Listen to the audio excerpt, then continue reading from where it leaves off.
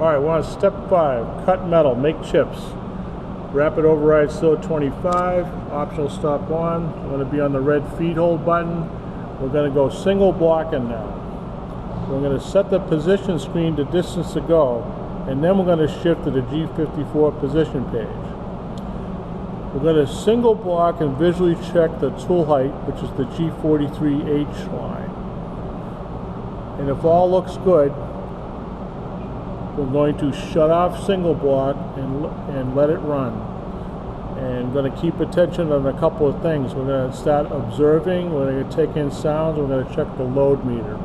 And do that for every single part. We're going to single block every tool coming down and verify. And then when the optional stop on, we're going to blow the part off and make sure everything is cut properly. So we're going to go on with that. So at the beginning of the program, if you're not sure, just hit memory reset. You're at the beginning. It becomes a habit. Coolant's on. Everything should be set, ready to go now. So memory reset and single block. Single block means only one line of code. A lot of these lines aren't going to do anything. So remember, you've already run this once. So the first thing it should do is change the tool. Keep on going, and then tool change.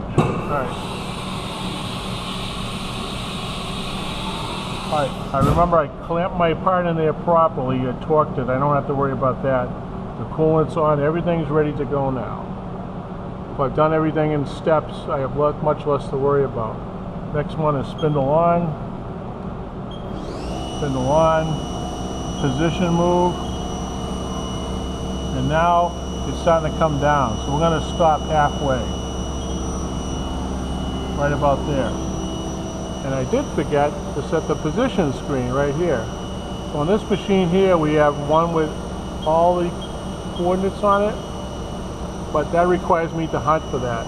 If I'm in this page right here, the position screen is always active, but I have to switch it to the distance to go. Now if you're on the next gen control, you would be in memory, and the position screen is here, position screen, and you're going to have this set. So you got to switch it to one of these. On our machine, this is how we do it here. We got distance to go, and it says this move is going to travel that far, -3. I'm going to manually shut the spindle off. I'm going to get the tape measure out, and what I do is measure from part to tool, bottom of tool. So if I look at this, I'm going to say that is more than 3.5, maybe almost 3.75. Okay, that's more than that, so this will not crash. Our habit here is always hit clockwise, the door open. If you open the door, it's on low RPM right now. You press cycle start, it'll restore it, but I get in the habit of putting it back that way. Then I ensure it's correct. Finish the move.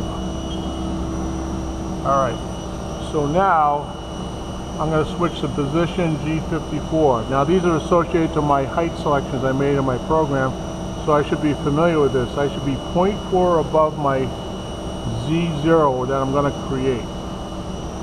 So I'm going to actually shut this off temporarily, because this is my first time around. I'm going to get out my 375 pin, and this should pass right underneath that.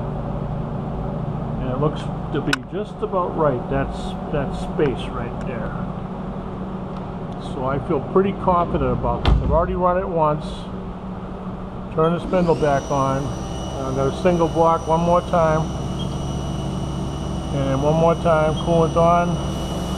Coolant's on. All looks good. Now I'm going to trust it. Single block off and let it cut.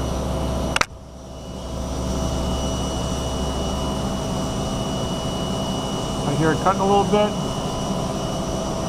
Might even look at the load meter, but I really don't hear much.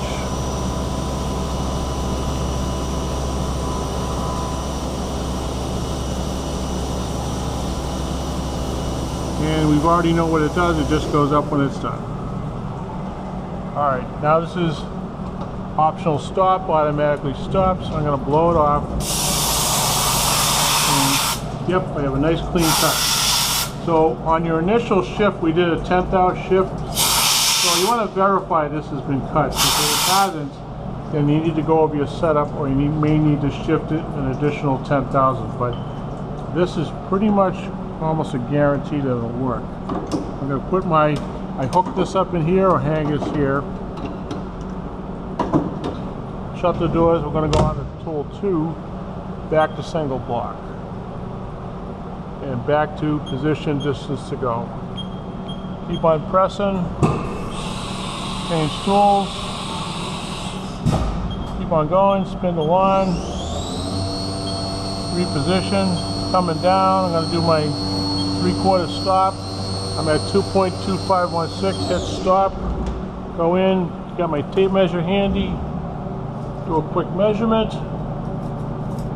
I'm going to say that's 2.5 inches. That's definitely in the ballpark of that. I'm going to turn my spindle back on, finish the move. Put my finger near the button, switch the position, G54 on 0.4.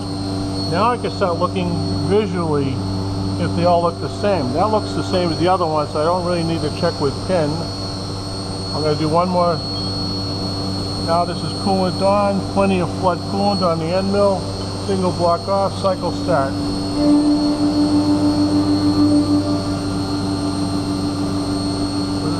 My windows are clean enough that I can see pretty good.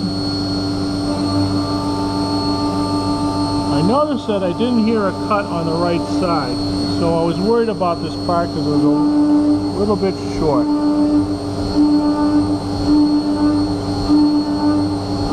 Now, is that a good cut or not? How's our load meter say? 50% range, so that's not overloaded.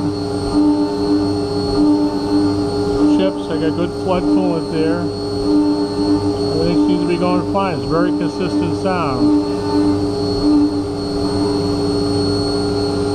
Cleared the part. All looks good. Very consistent spindle load. Probably going to be my heaviest cuts in this material.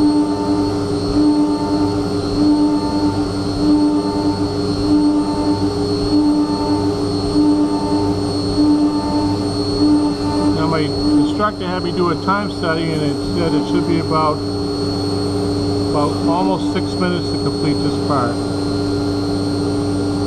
This is my contouring cut. But I'm worried that this part is too short because I did not hear a cut on the right side. But that's okay. We're going to finish it anyway. And we want to prove that this works. It's not really about making this one part good. It's about making a production lot good. So we want to learn from the first one just in case we have to make any changes. Now, if for some reason if something went wrong, then we just kind of make our fixes and then get another piece of material and go back at it again. But we always want to try to make the first one good.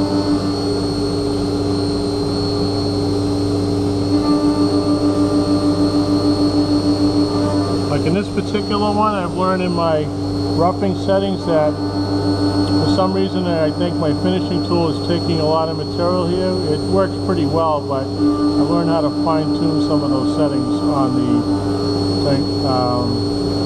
3D adaptive clearing.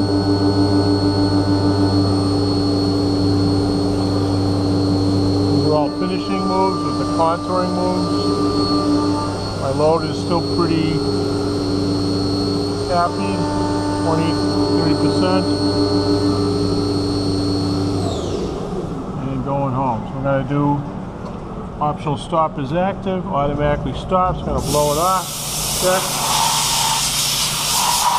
But if I feel this surface here, I still feel it's sawed material, so this is not long enough. So my shift over here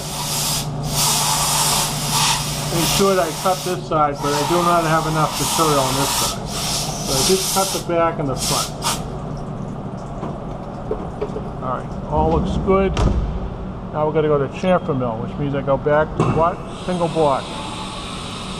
And it means I go back to position, distance to go. Keep on going. Reposition, coming down. I'm going to hit feed hold. And now I can look at distance to go, 1.46 inches. Now I'm kind of realizing that's about 2 inches. I'm going to let this go. And I'm going to switch the position. 0.4. We're all starting to look the same now. I can set one more move. Check the coolant. Looks good. Single block off and let it cut. Feed hold. Now a chamfering mill, you won't hear it cut. It's such a light cut.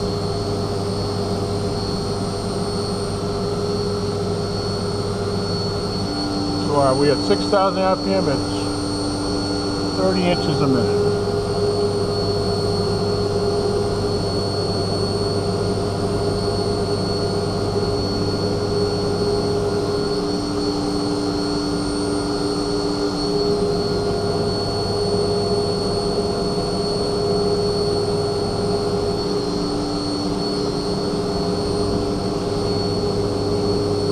This is the one that chamfers down lower. This is the one we had to make sure we use our clearance moves.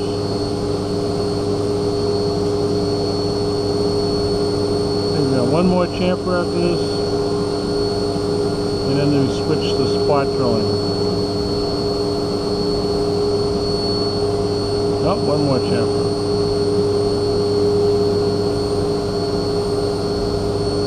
Oh, RPM change, spot drill.